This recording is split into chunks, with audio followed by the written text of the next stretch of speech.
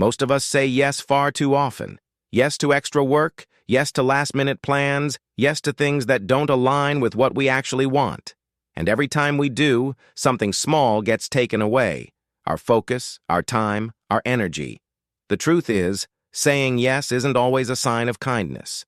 More often, it's a slow leak of our life's most valuable resources. That's why the most powerful word you can learn to use is no.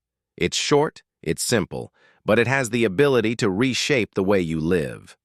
Think about it. Every yes is also a hidden no. When you say yes to working late, you're saying no to rest. When you say yes to a social event you don't really want to attend, you're saying no to time with yourself or the people who matter most.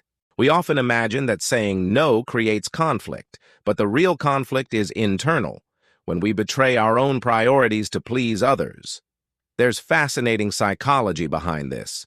Researchers call it the scarcity of attention. Just like money, our attention is limited.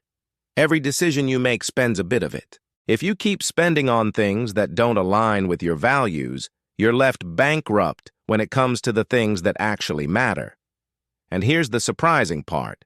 People who protect their time fiercely are often respected more, not less. Why? Because boundaries signal clarity. They show others you know your priorities, and that's magnetic. Of course, saying no isn't easy. Most of us are wired for approval. From childhood, we're taught that being agreeable makes us likable. But adulthood demands a shift. Growth demands discomfort. And one of the hardest discomforts to practice is disappointing someone else in order to stay true to yourself. That moment when you feel guilty for declining, when you want to explain yourself endlessly, that's the exact moment you need to lean into, because that's where the muscle of self-respect is built. There's a practical way to start. The next time someone asks for your time or energy, pause. Don't rush to answer. That pause creates space for your values to catch up with your instinct to please. Ask yourself, does this align with what truly matters to me right now? If the answer is no, then your response should match it. You don't need to be rude, but you also don't need to write an essay. A simple, respectful, "I can't commit to that," is enough. The more you practice, the more natural it feels. Here's the counterintuitive part. Saying no actually creates more yes in your life. By closing the door on distractions, you open space for depth. You reclaim hours for learning, for rest, for building the relationships that actually nurture you. And this is the paradox. No isn't about rejecting life. It's about choosing life on your terms. Some of the most successful people in the world are ruthless with their no.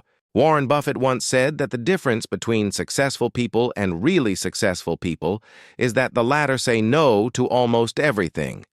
Think about that. It's not about doing more. It's about filtering more.